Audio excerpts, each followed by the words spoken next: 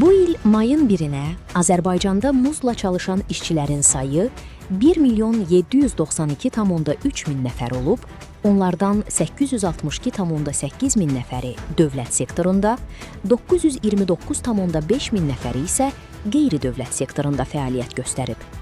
Dəqiq ekspert bu barədə Dövlət Statistika Komitəsinə istinadən xəbər verir. Məlumata görə, muzla çalışan işçilərin 18,6% ticarət, nəqliyyat vasitələrinin təmiri, 18,1% təhsil, 13,8% sənaye, 8,7% əhaliyə səhiyyə və sosial xidmətlərin göstərilməsi, 6,6% tikinti, 6,1% dövlət idarə etməsi və müdafiə, sosial təminat, 4,4% nəqliyyat və ambar təsərrüfatı, 4% peşə, elmi və texniki fəaliyyət, 2,4% maliyyə və sığorta fəaliyyəti, 2,3% kənd təsərrüfatı, meşə təsərrüfatı və balıqçılıq, 15% isə iqtisadiyyatın digər sahələrində məşğul olublar.